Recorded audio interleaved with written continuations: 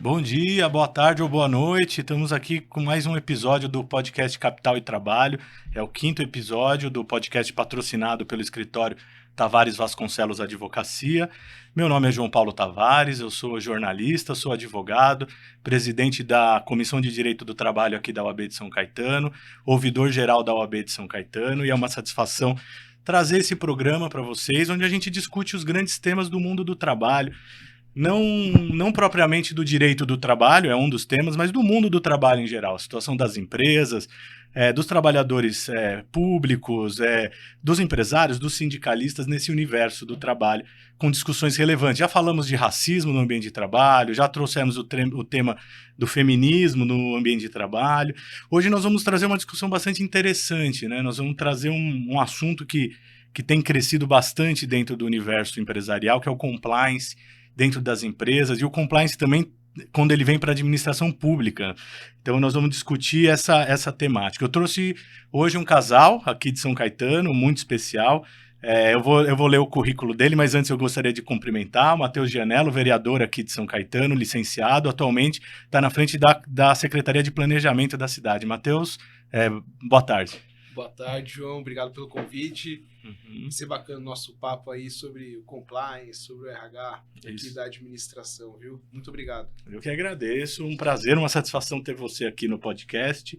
E a Giovana Filick, advogada, também coordenadora, não, diretora jurídica da Gilvadan, uma empresa multinacional na área química, de cosméticos. Veio discutir esse universo empresarial. Um prazer, uma satisfação ter você conosco, Giovana. Obrigada, João. Obrigada pelo convite. Obrigada por participar junto, Matheus.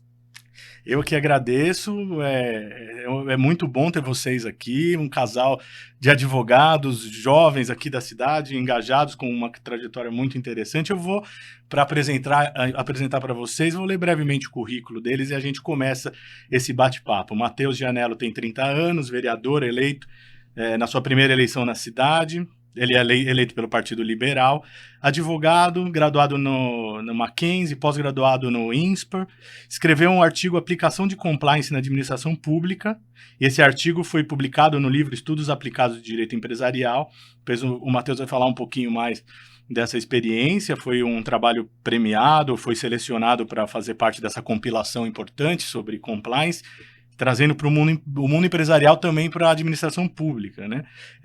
Atualmente ele foi licenciado de vereador para assumir uma importante cadeira na administração pública, que é a Secretaria de Planejamento. Nós vamos conversar um pouquinho sobre isso também. A Giovana Filick, a esposa do Matheus, ela é diretora jurídica da Gilvadan, né? Ela responde pela toda a divisão da América Latina dessa empresa. Ela é advogada com mais de 8 anos de experiência em departamentos jurídicos. Ela atua no gerenciamento de área legal e aproximação do jurídico ao negócio. Tem conhecimento em gestão, negociação de contratos, aconselhamento jurídico em geral, societário, gestão de contencioso trabalhista e temas regulatórios. Participa de comitês de gestão e gerenciamento de crise e coordena equipes de escritórios de advocacia terceirizados em toda a América Latina. E nós vamos trazer essa experiência profissional também da Giovana aqui nessa conversa. Ela também é especialista em direito empresarial pelo INSPER, pelo mesmo instituto. Foi lá que vocês se conheceram? Foi lá mesmo, exatamente. Muito bom. E nós vamos entrar também nessas questões, mas eu queria começar essa conversa, Matheus, com você, que você me explicasse qual é o papel, para quem não conhece, o que faz a Secretaria de Planejamento, qual é as atribuições dessa secretaria?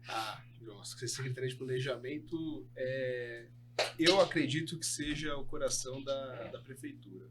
Nós trabalhamos ouvindo tanto o servidor, tendo o RH como uma das diretorias, quanto ouvindo a população. O Atende Fácil aqui é a porta de entrada da população com a prefeitura. Então temos a diretoria do Atende Fácil, temos a diretoria do RH e também temos a diretoria do planejamento. Ou seja, a gente ouve o que o funcionalismo precisa, a gente ouve o que os munícipes precisam.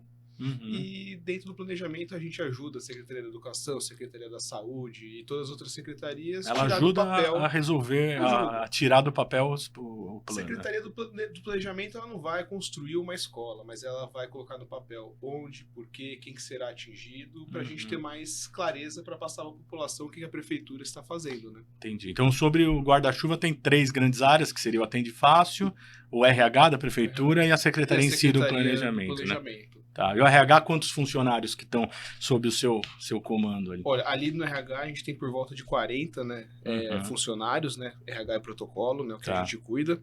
Lá no Atende Fácil são mais de 100, planejamento é uma área pequena, né? Mas os funcionários públicos em geral da prefeitura... a gente tá em mais de 6 mil, se a gente for pensar na cara. administração direta. É um grande... Aí chega bem perto de 7 mil se a gente pensar na indireta, né, contando as autarquias e as fundações. É uma grande responsabilidade, né? Um grande contingente de pessoas que estão aí sob a sua... O que fez você aceitar? Porque tem um mandato, foi eleito, e aceitar se licenciar para ir. Qual foi o grande desafio? Eu acho que assim, a carreira do político, né? Quando a gente se topa esse desafio de ser o político, que, né, que o Brasil a gente tem uma certa dificuldade de diferenciar o legislativo e o executivo. Então a classe dos políticos ela é vista como um todo. E sendo vereador, a gente tem a possibilidade de enxergar a cidade e estar lá para representar a palavra da população. Mas não quer dizer que tudo que aquilo que a gente está tentando fazer, tudo que aquilo que realmente as pessoas precisam, que elas vão ser colocadas em prática. A gente, nosso gabinete como vereador, a gente atingia bastantes pessoas, a gente atendia muita gente, e no final a gente tentava explicar para a prefeitura o que a população precisava. Quando teve esse convite do prefeito Aurico para assumir a Secretaria de Planejamento, eu vi uma oportunidade de fazer realmente alguma coisa. Óbvio, agora a gente tem uma restrição pela área que a gente toma conta. Mas, poxa, você poder fazer um programa para o servidor, você melhorar o atendimento da população no Atende Fácil e planejar de um jeito correto e transparente as ações da prefeitura, me traz uma gratificação. É uma outra grande. experiência também, Sim, né? É uma experiência muito grande que enriquece e prepara essa nova geração, em qual me incluo, com 30 anos, para o futuro da cidade. Perfeito. Eu vou agora fazer uma pergunta para a Giovana, para que ela conte um pouquinho da trajetória profissional, atualmente num cargo de gestão, na área de jurídica, coordenando equipes de uma multinacional. Explicar um pouquinho o que é a empresa, qual que é o ramo de negócio da empresa, para quem não conhece, e o seu papel dentro da empresa. Então, João, a Givaudan é uma empresa multinacional suíça, trabalha no ramo químico, a gente fabrica aromas e fragrâncias, tá? E, bom, eu sou responsável realmente pelo departamento jurídico para a América Latina, então todos os temas aí legais, não tão legais assim, da empresa a gente que cuida, né? Então, os contratos, litígios, negociações, M&A, etc., fica tudo debaixo do nosso guarda-chuva no jurídico. Qual que é a importância que você vê do jurídico hoje em dia? Conhecer de negócio, entender do negócio do seu cliente, no caso o cliente seria a empresa, né? Mas quando é advogado como que você vê essa... A gente está muito acostumado em faculdade no juridiquês e tal, mas até para quem está assistindo e está começando a carreira jurídica, fala um pouquinho da importância de conhecer o negócio. É crucial, eu acho que para realizar um bom trabalho, seja dentro do escritório de advocacia, seja em qualquer lugar, você precisa conhecer o seu cliente, né? E o meu cliente, no caso, são as áreas de dentro da empresa, desde lá do pessoal de operações que precisa de uma ajuda com uma contratação de um fornecedor X, está com problema...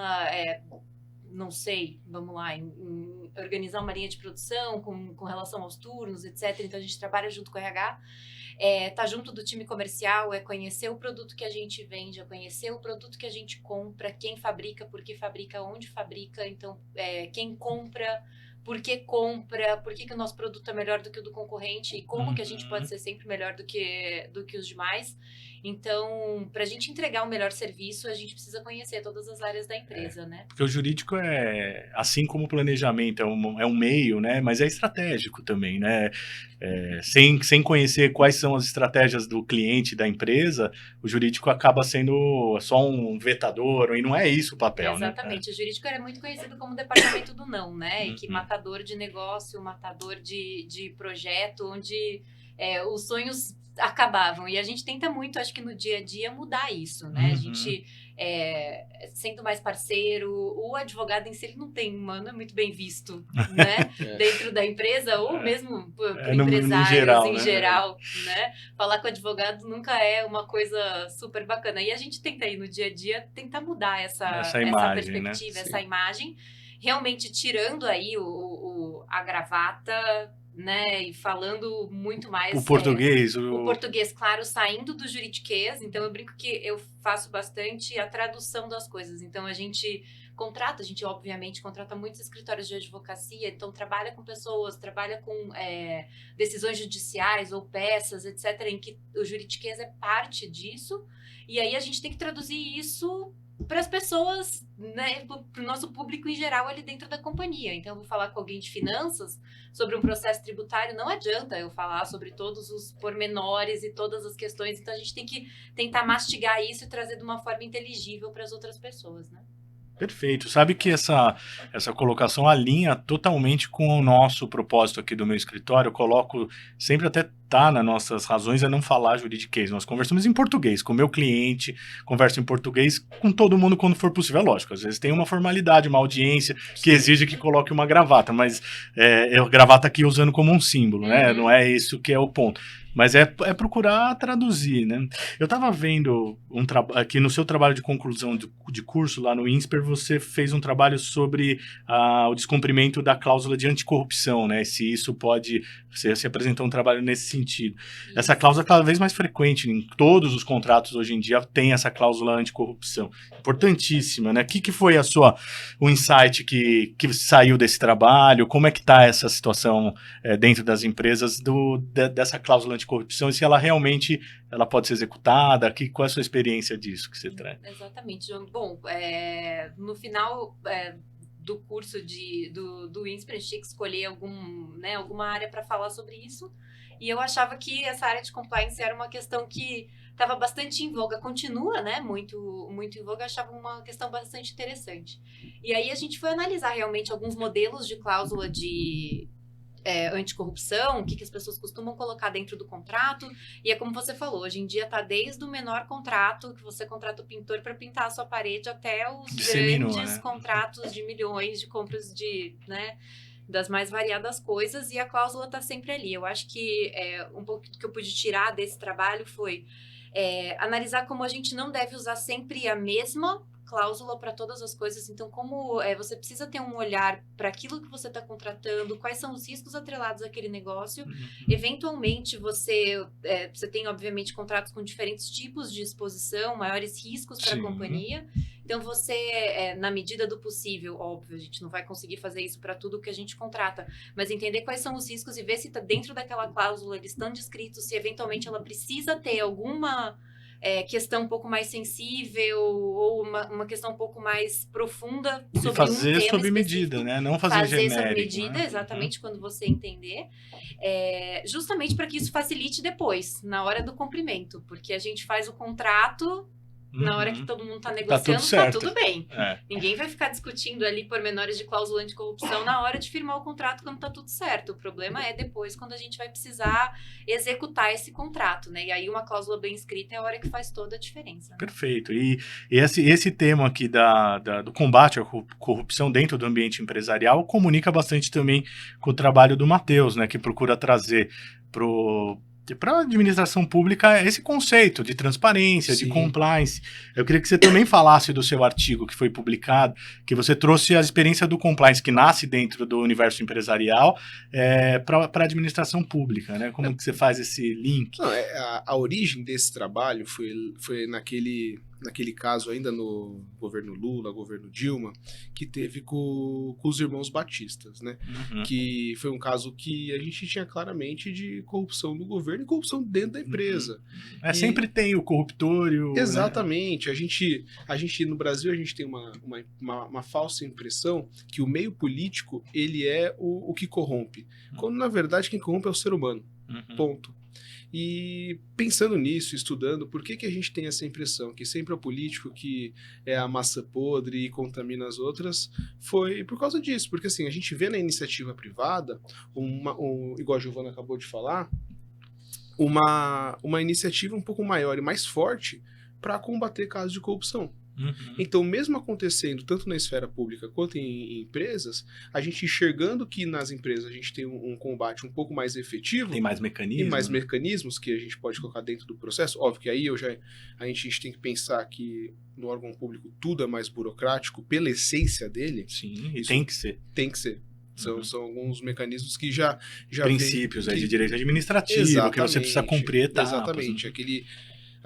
Aquela máxima que o direito privado faz o que a lei não proíbe e o direito público, o direito administrativo, faz o que a lei permite, a lei manda fazer. A lei exato. manda fazer. Então, pensando nisso, eu falei, poxa, eu vou tentar trazer alguns princípios do direito privado, né? Tinha acabado, na época que eu escrevi, tinha acabado de sair do Jurídico da Raizen, trabalhava lá, e também junto com a Giovana, a gente se conheceu na pós, então ela me ajudou muito nesse artigo que conseguiu ser publicado, e trazer algumas peculiaridades que a gente encontrava no compliance para os programas de integridade, que é como a gente chama o compliance dentro da administração pública. Trazendo esses princípios como código de conduta, numa ouvidoria forte, de uma corregedoria forte, canais de você poder fazer algum tipo de relato, algumas cláusulas que hoje em processos licitatórios, principalmente os grandes, a gente pode exigir que as empresas tenham um departamento de compliance dentro para poder participar.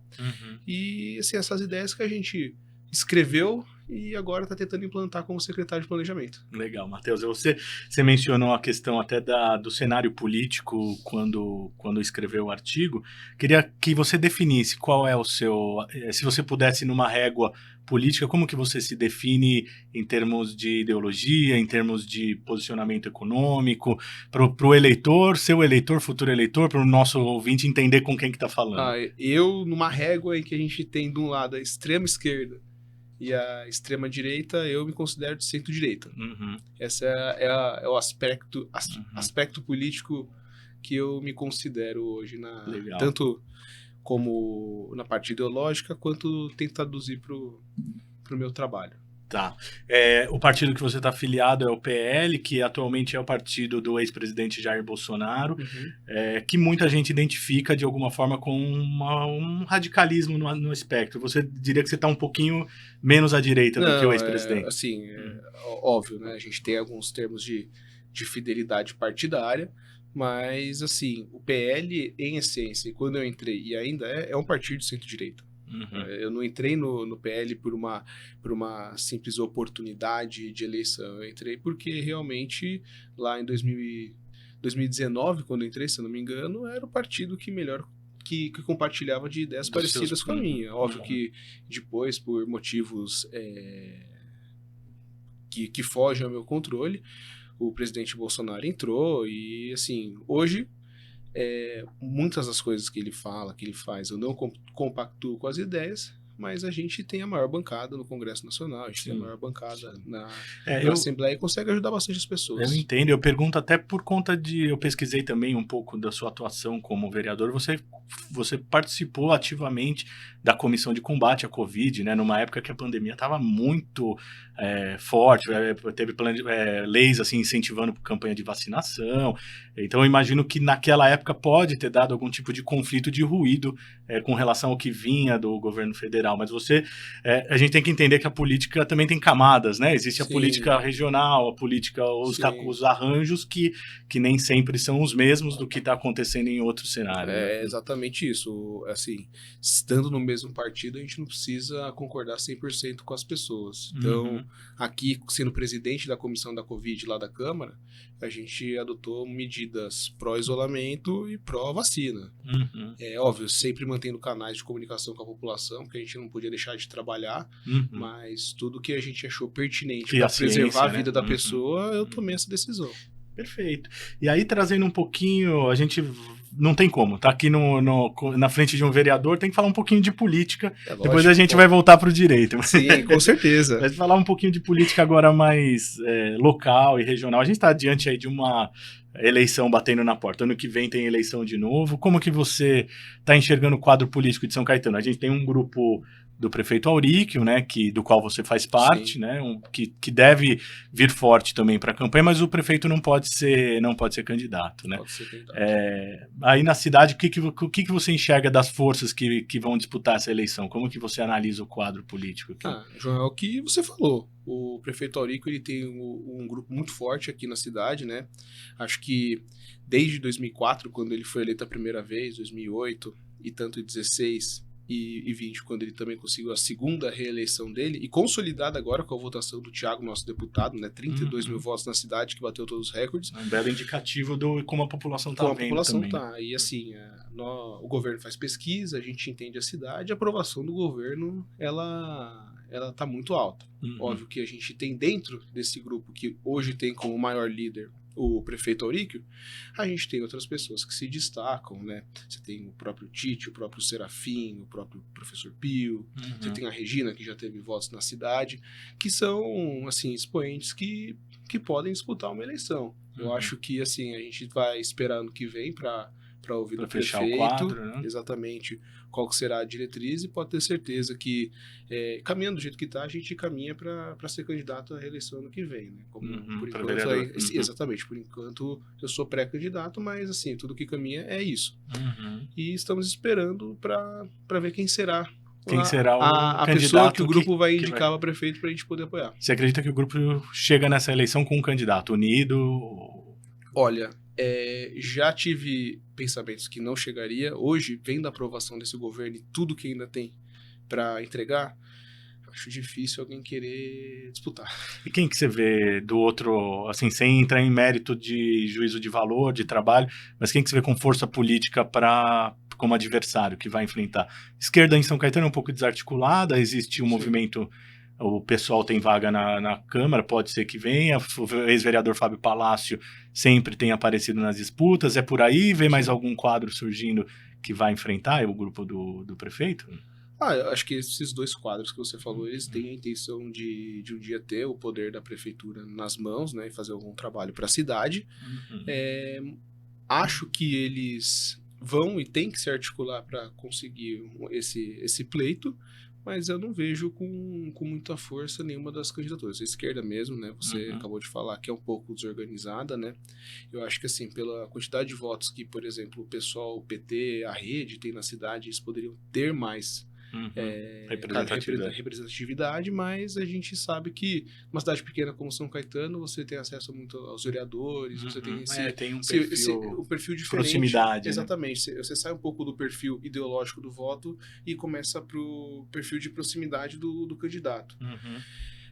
E a oposição, é óbvio que a situação, ela só a oposição, ela tem que existir. Para existir uma oposição boa, tem que ter uma situação boa. Sim, e diálogo, né? E diálogo. E é isso que acontece. Então, assim, a gente sabe que a oposição na cidade tem se caracterizado desde 2016 com o Fábio Palácio, né? E acredito que continue desse jeito. Tá, não vejo nenhum outro grupo crescer e também não vejo também uma possibilidade deles crescerem tanto assim. Para a gente encerrar por hora esse capítulo de política na nossa conversa, quem que vai ser o candidato a prefeito do grupo? Quem que você chutaria hoje? Eu não consigo chutar. Acho que eu citei aqui... Você citou 4, 5 nomes, eu citei 4, 5 nomes que, assim, eu acho difícil, né? Até porque a gente vê a mídia local, né? Eu acho que todas essas pessoas que eu falei, elas já têm se movimentado. O grupo já tem se movimentado também, mostrando isso. Que óbvio, né? Você falar 4, 5 nomes não deixa claro, né? Mas é o que se apresenta. Acredito que a gente vai estar em boas mãos no ano que vem. Perfeito. Eu vou perguntar agora para a Giovana, na questão, o Matheus trouxe no começo dessa conversa sobre política, a questão da pandemia, né? A pandemia foi o assunto, o assunto ainda, talvez, o que mais impactou a nossa geração, que está aqui. Impactou muito o mundo do trabalho também, muito o ambiente empresarial, dentro das empresas, a forma com que as pessoas trabalham, o home office, a maneira com que se relacionam. Como que você tem enxergado esse pós-pandemia dentro de uma multinacional, a experiência das pessoas, a maneira com que elas estão se organizando nesse mundo do trabalho? Olha, João, eu acho que o pós-pandemia está sendo também extremamente desafiador. Acho que inclusive mais do que a gente pensava, né? Muita gente lidando com perdas que teve durante a pandemia, seja perda financeira, perda de negócios, muitas coisas fecharam, o pessoal está tentando se reerguer, né?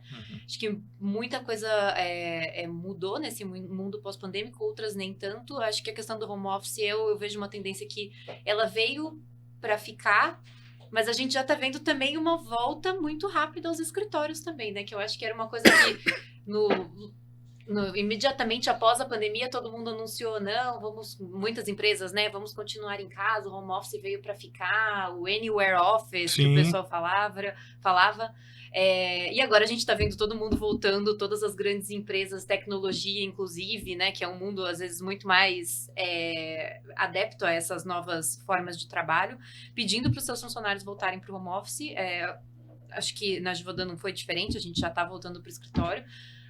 Eu acho que a gente ganha também muito na cultura, no contato com as pessoas. A gente conseguiu entender, né? A gente sendo obrigado a ficar em casa, obrigado a ficar longe, o quanto o ser humano é um coletivo, um ser, um animal coletivo, né? E a gente precisa disso para se fortalecer e para gerar novos negócios, pensar em novas coisas, gerar soluções para os nossos problemas. Eu acho que isso é super importante. Eu acho que tudo, como tudo, acaba sendo um pêndulo, né? A gente percebe assim, as grandes vantagens do regime de home office, que você tem economia de tempo, economia de recursos naturais, inclusive, mas você perde, né, algumas coisas. Ao mesmo tempo que está na empresa todos os dias, você tem muitos ganhos e tem algumas perdas. Eu acho que a pandemia, ela bagunçou um pouco, bagunçou muito, né, o cenário, e agora a gente está começando a tentar achar os equilíbrios, né, dentro das empresas, dentro da cultura empresarial. Mas eu concordo com você que nada como um ambiente presencial para gerar cultura, né? Para que a empresa consiga passar os valores, consiga alinhar metas. O trabalho em equipe, ainda a gente precisa do contato visual. Precisa né? do olho no olho, né? Do calor humano, exatamente. Eu acho que é isso. E realmente, como você disse, é um pêndulo. A gente foi do 100% presencial ao 100% home office muito rápido. A gente teve, né, foi obrigado a fazer isso, obviamente as funções que conseguiriam, mas mesmo as que precisavam continuar trabalhando no presencial, ainda assim com distanciamento físico, com uso de máscaras, etc. Então, teve toda essa mudança muito forte e agora a gente vai encontrar o que é que funciona e eu não acho que tem uma regra perfeita que valha para tudo, Uma né? mágica, né? Para todas as empresas. Para todas as empresas, para todos os tipos de trabalho, a gente está vendo que tem trabalhos que precisam ser executados realmente presencial, tem outros que não dependem tanto disso, gente que... As pessoas mesmo, né? Gente que consegue trabalhar muito bem de casa, gente que estava louca para voltar para o escritório. Sim. Então, a gente tem que acomodar, eu acho que essas vontades versus a perspectiva da empresa, do que a empresa... Cada um considera como importante para o desenvolvimento do seu negócio. E eu acho que os departamentos jurídicos, eles têm um papel importante nessa discussão, porque até para que consiga trazer segurança para todas essas formas de trabalho que estão surgindo, né? Para que as empresas possam ter a segurança de eventualmente ter, no melhor caso, uma pessoa em casa e no outro cenário uma pessoa na empresa, aquele modelo de trabalho redondinho, que era horário de entrar, horário de sair. A gente já está vendo uma mudança muito rápida, né, com as ferramentas e outro dia eu estava vendo até como em forma de piada, mas que reflete que as pessoas estão saindo das casas, indo para as empresas para fazer reunião pelo Zoom. Aí não faz sentido, né? Nossa, aí não faz sentido. Mas é esse tipo de coisa que a gente está enfrentando. Então, eu acho que os departamentos jurídicos em geral, eles têm que também servir como lanterna dos gestores aí para falar, isso dá para fazer, dá para você deixar o funcionário ali e convocar ele num momento especial. Hoje existem mecanismos, né, que trazem. E um outro assunto que eu queria trazer com você hoje está se difundindo muito no ambiente empresarial, e eu queria que você comentasse um pouco, um avanço no sentido do combate a assédios, às desigualdades dentro da empresa. Isso cresceu assim, de uma maneira muito exponencial nos últimos anos. Acho que a pandemia reforçou um pouco, aflorou um pouco essa necessidade de encarar esse tipo de problema, né, dentro das empresas. A gente tem uma legislação relativamente nova, que traz a questão dos assédios, da necessidade da empresa criar os comitês de combate a assédio dentro do âmbito de CIPAs, etc., para que, por uma perspectiva de gênero, a mulher seja protegida no ambiente de trabalho, para que as minorias sejam ouvidas no ambiente de trabalho, sejam respeitadas. Então, isso vem numa onda que começa lá com compliance, depois avança com ESG, agora com essa lei. É uma evolução, né? Como que você vê o ponto que a gente está agora, dentro da sua experiência pessoal dentro da empresa? Como que isso está avançando? Se está avançando rápido? Se está no jeito que você acha que tinha que estar? Olha, no jeito que tinha que estar, Com certeza não. Falando como mulher advogada também, né? Também como impactada por todas essas ações e impactada também por esse avanço, né? Se hoje eu tô onde eu tô é porque realmente muitas mulheres foram lá e lutaram para que a gente possa ter um cargo de gestão, para que eu possa ter minha voz valorizada dentro da empresa, para que eu possa ter uma carreira e eu possa ter a segurança de que eu vou ser ouvida tanto quanto um homem que senta no board de diretoria. Perfeito. Né? Eu acho que a gente tem um caminho muito longo, mas olhando para trás também acho que a gente já percorreu muito e muito rápido, né? Eu vejo isso sendo muito acelerado. Você comentou sobre começou como compliance, como, né, a não discriminação de uma forma muito geral, fala sobre a igualdade, etc. E agora a gente vai entrando mais em cada um dos pontos mais específicos. A gente falava muito também sobre inclusão da mulher no mercado de trabalho. A gente já viu, olha, não é só a mulher que precisa ser incluída no trabalho. A gente tem toda uma questão racial que a gente precisa falar. A gente precisa falar de igualdade de gênero.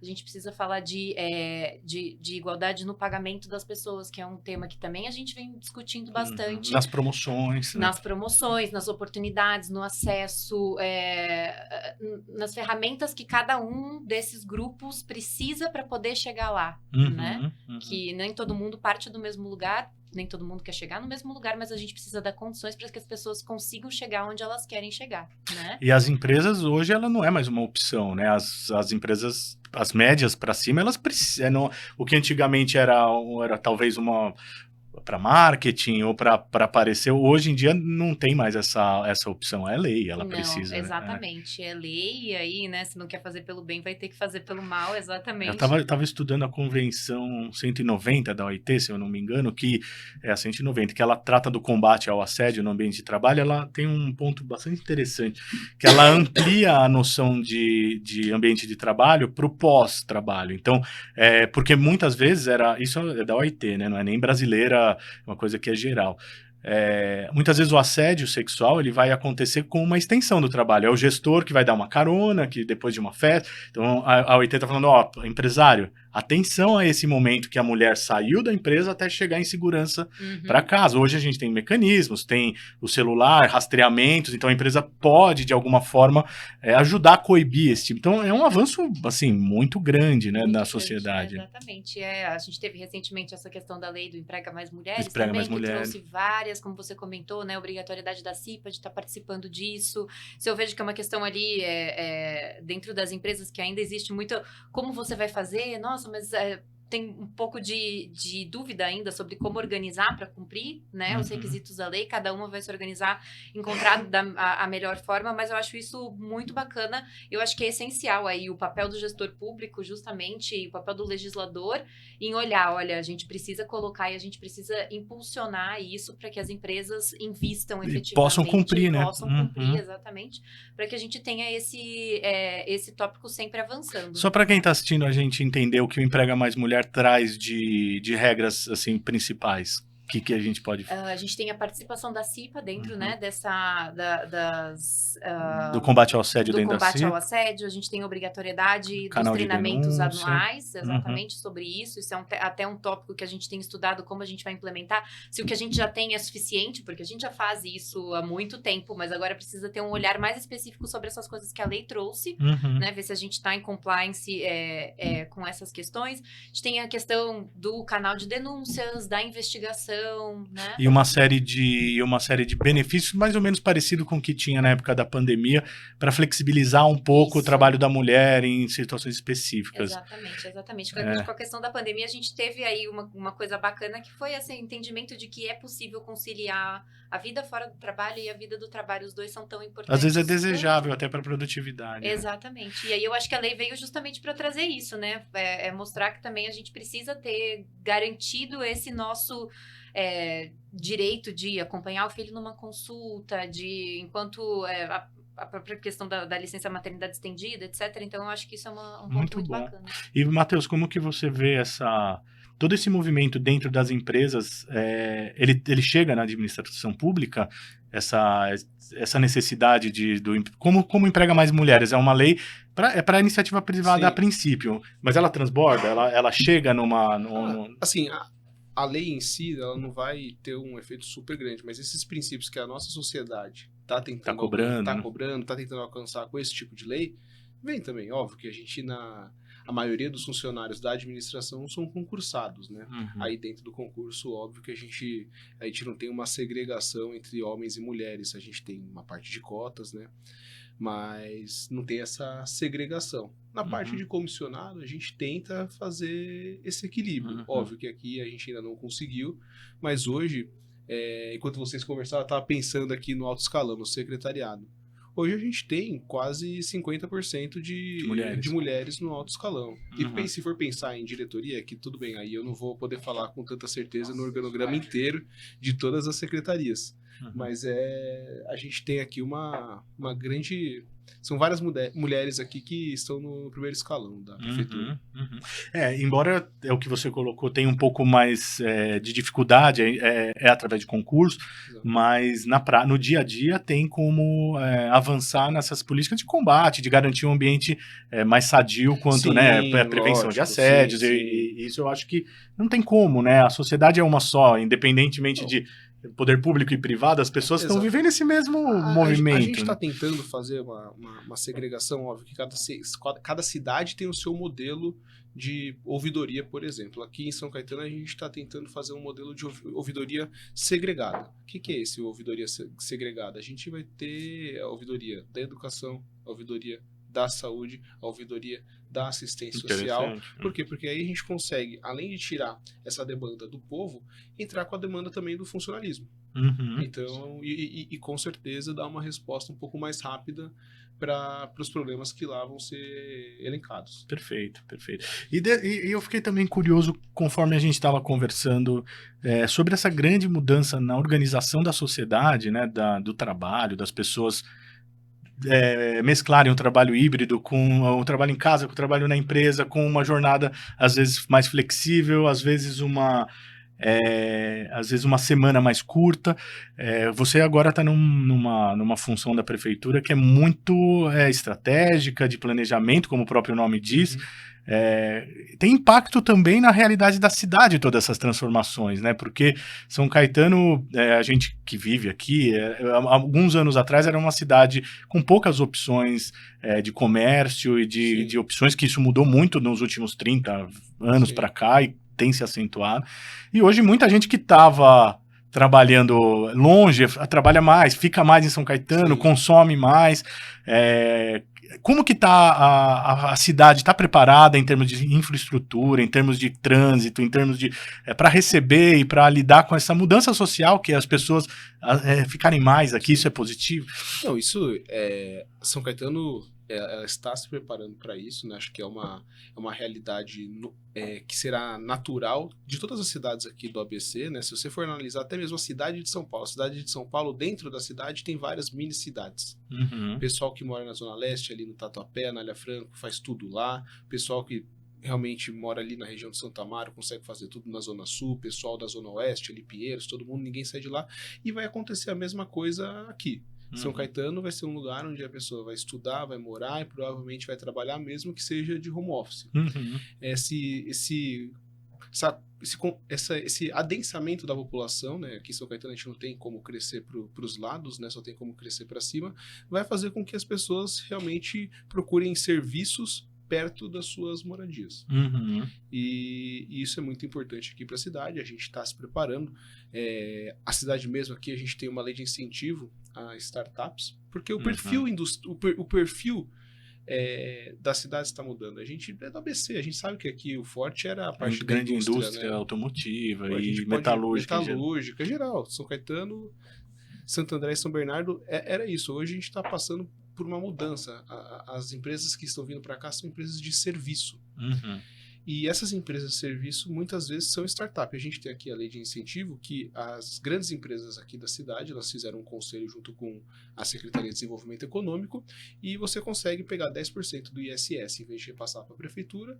Você, através de uma aprovação de um projeto de uma startup, consegue destinar para essa empresa que vai ficar aqui em São Caetano, trazendo mais emprego e mais qualidade de vida, porque a pessoa que vem morar aqui, ela pode trabalhar aqui, vai estudar aqui, além de ter toda a infraestrutura de parques e que a cidade está indo muito bem. Né? Sim. Acho que isso é preparar a cidade para o futuro. Não tenho dúvida. Essa questão das startups, eu acompanhei esse movimento um pouco mais de 5 anos, eu fui vice-presidente do ITESCS, que é o Instituto de Tecnologia aqui de São Caetano. Sim. E na época a gente estava começando essa movimentação de trazer, tinha um investimento anjo chegando para São Caetano, Sim. que eram os Anjos do Brasil na época. E aí acabou até criando uma comunidade interessante no ABC, que eles se denominam ABC Valley, né? Que é um Sim. grupo de empresas de tecnologia. E eu acho que isso é super interessante para São Caetano liderar esse processo, porque ela tem tudo para isso. Tem infraestrutura, Sim. tem conhecimento, né? Tem empresas abrigadas aqui, então pode realmente ser uma alternativa a um movimento que é natural de desindustrialização, não é só São Caetano, Sim. não é só o ABC, é natural do próprio ciclo do sistema, né, capitalista, e São Caetano precisa estar pronto para jogar, Com né? toda certeza. E a gente tem uma infraestrutura boa para isso, né? Uhum. A gente tem bastante pessoa que precisa dos serviços que vão ser disponíveis. Aqui é um ótimo centro de distribuição, a gente está perto da capital e está perto da saída para a praia. Você tem Logisticamente aqui é muito importante. Uhum. Não, óbvio, não estou falando em distribuir saca de arroz, mas, por exemplo, para log, para os correios, é muito importante ser distribuído via São Caetano. Sim, você tá fácil nas rodovias, é muito, muito legal. É. Queria que você falasse um pouquinho, Matheus, sobre os projetos que você conseguiu nesse curto tempo que você está dentro da secretaria. O que você tá rolando agora no RH, no Atende Fácil, para o município aqui de São Caetano saber o que você está tocando agora? São 3 projetos aqui bem interessantes que a gente tá tocando. Planejamento, bom, acho que o pessoal aí de casa entendeu que o planejamento a gente senta com as outras secretarias e tenta ajudar elas a botar no papel o que precisa ser feito para a realização de uma escola, a construção de um posto de saúde ou de qualquer outra benfeitoria aqui da prefeitura. Com relação ao Atende Fácil, olha que bacana. O Atende Fácil é um sistema muito antigo. É um sistema em que o município ele tem que ir no Atende Fácil, ele precisa de algum serviço da prefeitura e tem os guichês tradicionais que vão atendê-lo da melhor forma possível. É um modelo que funciona, só que no futuro, com o advento da tecnologia, da gente poder ter quase todos os serviços, hoje em dia... É o que a gente está falando, tudo aplicativo. Exatamente. Né? Hoje em dia, para abrir uma conta, você tira uma foto da sua cara e segurando o documento. Uhum. Por que a gente precisa ficar o tempo inteiro indo na prefeitura? No caso aqui, a porta de entrada do Atende Fácil. Óbvio que não é tão simples igual a gente está falando, né?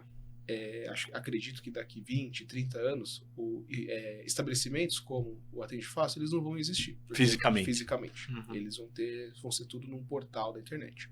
Esse portal vai ser lançado esse ano. Uhum. Ah, mas Matheus, o Atende Fácil, ele vai ser extinto? Óbvio que não. O Atende Fácil, ele vai começar a se tornar uma ferramenta para aperfeiçoamento da parte digital da prefeitura. Uhum. Então, assim, a gente tem os planos de inaugurar nos próximos dias a parte digital do Atende Fácil. Uhum. Lançando o portal da prefeitura, em que alguns serviços vão estar disponíveis na palma da mão ou no computador da pessoa. A gente sabe que muita gente já vai conseguir consultar e fazer tudo de casa. Sim. Mas São Caetano ainda tem uma população na melhor idade, né? Sim. Que precisa ser orientada nesse sentido. Né? Uhum. Então, a gente vai fazer um atendimento em 2 fases lá no Atende Fácil. Você chega, vai apresentar, você procura qualquer pessoa com colete azul lá, e vai tirar a sua dúvida e vai pegar a primeira instrução de onde você tem que ir para resolver aquele teu problema lá dentro. Uhum. Se for um problema que vai estar dentro dessa interface da prefeitura, você não vai ser direcionado a tirar uma senha e sentar num guichê tradicional. Você vai ser direcionado para o Atende Fácil digital. E lá vai ter todo um acolhimento para tentar instruir e ensinar a pessoa o que ela está fazendo para poder fazer em casa a próxima vez. Uhum. Isso já existe em São Paulo. Em São Paulo eles têm o Descomplica, que é o Atende Fácil deles lá.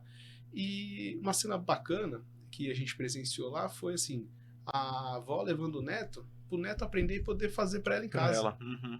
Então assim, é esse acolhimento e essa fase transitória que eu tento aplicar no Atende Fácil. Porque eu sei que está cada vez mais retrógrado a gente utilizar esse esquema de guichê. Sim. E eu sei que a gente não pode pular também de uma hora para outra, né? Para essa parte do digital. Então, toda essa tem que fazer esse ponte, meio campo, né? é o que eu tenho que trazer para o Atende Fácil. Você estava trazendo toda essa questão dessa necessidade de modernização, abrir conta em banco que a gente tira a fotografia, e me trouxe um assunto aqui que eu não queria deixar de passar, de perguntar para a Giovana com relação ao LGPD, que foi uma lei geral de proteção de dados, né, que ela permeia toda essa discussão que a gente está tendo. A modernidade traz consequências, que os nossos dados estão expostos, até desde um atendimento num guichê da prefeitura, você precisa passar esses dados, até quando você abre uma conta, até quando você interage com as empresas. Isso vem num crescente. A LGPD acho que entrou em vigor faz uns 3, 4 anos, mais ou menos. Eu não tenho de cabeça. 2020, se eu não me engano. Ela teve uma série de adiamentos também, né, da entrada em vigor da lei. Ela é aquele tipo de lei que ela cai que nem uma bomba no ordenamento, como o Código de Defesa do Consumidor, essas leis que acabam impactando em tudo, né? Como que você vê dentro do ambiente empresarial? As empresas já estão adaptadas, já estão, pelo menos da sua experiência, que você pode falar? Olha, João, no começo caiu como uma bomba, mesmo. Realmente, assim, a gente... foi tudo muito novo, ninguém sabia como implementar. Obviamente, a gente tinha bastante inspiração da legislação europeia sobre isso. Então, a gente, como uma multinacional, a gente conseguiu tirar um pouco de vantagem disso, né? A gente já tinha as pessoas, já tinha o conhecimento, já tinha muitas políticas, mas a gente teve que adaptar tudo isso para dentro. Eu acho que a gente passou por um cenário bastante turbulento de entender o que cada um precisava fazer, começar com as auditorias internas, conversando com muitos colegas, nem sabia, mas eu acho que eu nem lido com dados, acho que essa legislação todo não é mundo pra lida, mim. né? Todo mundo lida, no final das contas você vai pegar, né, seja, obviamente, uma empresa que está exposta a consumidores finais tem muito mais do que uma empresa B2B, por exemplo, mas ainda assim a gente coleta muitas informações. Durante a própria pandemia, a questão de você mandar uma coisa para casa da pessoa, você está coletando um dado dela, então a gente passou por uma fase aí de adaptação, de entender o que você faz, que pode ser caracterizado como por dentro da lei. O que a gente faz, que a gente já está coberto de alguma forma por alguma política, algum controle interno, porque também não é que assim a gente tratava os dados como lixo antes, né? Você já tinha cuidado, um pouco de controle, mas assim, esse controle que eu faço é suficiente para estar cumprindo com a lei ou não é? Teve essa fase, a gente já passou, e aí eu acho que veio essa fase depois de, ok, entendi o que eu faço, o que eu preciso fazer para estar de acordo com a lei, criação de política, nomeação de responsável por proteção de dados dentro da empresa. A gente teve, eu acho que dentro do próprio mercado jurídico também um amadurecimento das pessoas que trabalhavam com isso, né? Sim. E aí agora a gente vai ver com essas publicações e essas orientações da própria legislação sobre as medidas que as empresas precisam adotar, qual é a penalidade que elas vão estar incorrendo, né? Qual é o valor da multa, como que você mede aquele incidente de vazamento de dados, etc. Então, agora eu acho que a gente está numa fase já mais madura. Uma segunda etapa. Uma segunda etapa. Eu acho que esses 3, 4 anos aí, 2019, 20, 21, 22, foram muito mais de descobrir o que eu faço e como adaptá-lo, e agora a gente já está numa fase mais de treinamentos de lembrança para as pessoas que, olha, vocês foram treinadas, lembra lá em 2020 sobre essa lei que entra em vigor? Ela está em vigor. Continua em vigor, você continua fazendo isso, né? É uma educação mesmo, né? Manter o tema vivo, exatamente. E eu acho que, assim, essa questão de colher dados não é uma coisa que a gente vai deixar para lá, né? É uma tendência que está crescendo. E não é só aqui no Brasil, Sim. né? A gente vem com a legislação europeia, lá na própria Europa a gente tem temas que estão mudando, a gente tem legislação nova na Argentina, tem legislação nova no México, tem discussões no Chile. Então, pra gente, enquanto multinacional, também é um tema que está super vivo nos outros países também. E o Brasil está servindo de modelo para discussões nesses outros países também. Então, isso Sim. é muito bacana de ver. Essa era, inclusive, eu ia fazer uma pergunta mais ou menos nessa linha que você já antecipou, que é uma curiosidade. Você, como a sua função, exige que você tenha contato com escritórios, com departamentos de outros países da América Latina.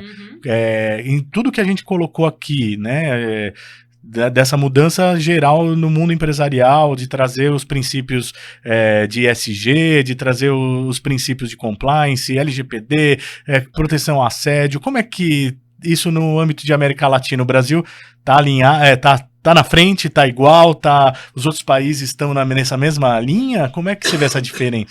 Olha, eu vejo que o Brasil, em termos pelo que eu vejo de compliance, de proteção de dados, anticorrupção, a gente está muito atrás dos Estados Unidos e Europa, eu vejo nesse sentido. Mas a gente tira muita inspiração deles e às vezes você ter uma inspiração mais madura te faz, né, você não precisa inventar a roda aí na criação de uma lei, você pega muita inspiração e eu acho que o Brasil serve como inspiração para os outros países da América Latina, é o que eu vejo na minha perspectiva, né? Sim, até pelas dimensões, né? Um país Exatamente. Que tem tem muito conhecimento na área, em todas as áreas, né? Na área jurídica também. Matheus e Giovana, a gente vai caminhando aqui pro final do programa, passa rápido, mas ainda tem um tempinho pra gente fechar. Eu acho que, antes de fechar, eu queria entender um pouquinho da parte de vereador, que não é o momento que você está agora, mas uma vez vereador eleito, você continua sendo vereador. Quais foram as principais bandeiras que seu mandato carregou nesses anos na sua primeira experiência na Câmara? Acho que a principal bandeira, que é a que eu carrego e sempre vou carregar, que eu carreguei desde quando eu tive o artigo publicado, é a parte da transparência, né? A gente tem uma dificuldade de entender o que o político faz. Você para uma pessoa na rua e pergunta quem que a pessoa votou, às vezes ela não sabe, às vezes ela não lembra. Quando ela lembra, com certeza vai ser difícil ela falar o que ela está fazendo, o que ela está votando, etc e tal. E eu tento ser o mais transparente possível. A gente tem o nosso domínio, mateusjanelo.com, e lá tem tudo o que o Matheus vereador e agora o Matheus secretário faz. Então, o que a gente fazia? Textos semanais, todas as nossas visitas a gente colocava lá, tudo que a gente votou e por que a gente votou está disponível no site, além de todas os nossos projetos de leis e também as nossas indicações. Então, assim, óbvio que bandeira efetiva, assim, de fazer, a gente pensa na causa animal, na defesa da mulher, também na parte social da cidade, que são as... Foi inaugurado recentemente um hospital veterinário em São Caetano. Exato. Né? O hospital veterinário, óbvio, é um trabalho em conjunto, mas o primeiro vereador que indicou isso nessa legislatura foi eu. Nós indicamos, além de indicar para a prefeitura, nós indicamos para o deputado estadual Thiago Auric, o deputado aqui da cidade. E foi através dele que a gente conseguiu a emenda para o hospital, que é a USCS que fez o hospital, e o hospital realmente foi concretizado. Então, assim, dentro desse hospital municipal veterinário, a gente tem certeza que o nosso mandato teve uma grande participação. Além de toda a parte social, de conseguir reabrir os editais para o agente jovem, o agente sênior, mais oportunidade, que são oportunidades que a gente tem para trazer as pessoas que estão ociosas, que estão fora do trabalho, procurando uma oportunidade, para dar uma mexida, óbvio, não é um trabalho CLT, mas é uma oportunidade que a gente consegue tentar recolocar a pessoa dentro do mercado de trabalho. Que é essencial. Giovana, estamos terminando, eu agradecer a sua presença. Tem alguma coisa que você gostaria de complementar, que eu não perguntei, sobre todo esse universo aí do compliance, como que você amarra nessa situação? João, primeiro, obrigada pelo convite, obrigada, Matheus, também pela participação, acho que foi super bacana essa nossa discussão. Bom, eu acho que foi muito interessante esse nosso papo sobre tudo que a gente conversou, dar um pouquinho dessa visão que a gente nunca... É difícil pensar, né, no advogado de dentro da empresa. A gente fala muito mais sobre o advogado, aquele que está no escritório e que faz esse serviço, ou eu mesmo, né, a pessoa que fez direito e depois vai trabalhar na administração pública, etc. Então, compartilhar um pouquinho dessa visão que eu tenho, que mistura um pouco de negócio e jurídico. É essencial, eu agradeço muito sua presença, foi realmente enriquecedor para o nosso podcast, que é justamente para trazer esse aspecto do mundo do trabalho, que é o aspecto da advocacia empresarial mesmo, de dentro das empresas. Eu queria há muito tempo trazer esse tema e você cumpriu aí com um brilhantismo. Agradeço muito. Matheus, alguma coisa que eu não perguntei? Eu primeiro agradecendo a sua presença, de trazer aqui também a sua experiência de vereador e de secretário. O que você gostaria de complementar aqui? Não, obrigado pelo convite, João. Giovana, obrigado pela participação. Nosso papo foi muito interessante, muito bacana. Acho que esse contraste, né, de eu responsável do RH da prefeitura, em ter que pensar na contratação, na parte de você não ter problemas, da Giovana também, que como jurídico de uma empresa, ela tem que fazer todo esse trabalho prévio do que do que evitar o jurídico contencioso, e tua parte como advogado, entender super dos processos e quando o problema já aconteceu, como resolvê-los. Então, essa troca de informações foi muito boa, viu? Obrigado pelo convite. Eu que agradeço, eu também gostei muito. Eu queria finalizar aqui fazendo esse comentário final de que a gente trouxe aqui no dia de hoje um assunto muito importante para todo mundo que é do mundo do direito, do mundo do trabalho, que é o compliance, né? O compliance como guarda-chuva geral, que abarca uma série de outras coisas, mas a gente está falando essencialmente de transparência dentro das empresas, de evolução dentro do mundo empresarial, que se cobra e que tem ferramentas para isso e acaba transbordando para a sociedade. E esse transbordamento para a sociedade, o Matheus também colocou muito bem, quando ele escreveu um artigo trazendo todos esses princípios para a administração pública, não tem como.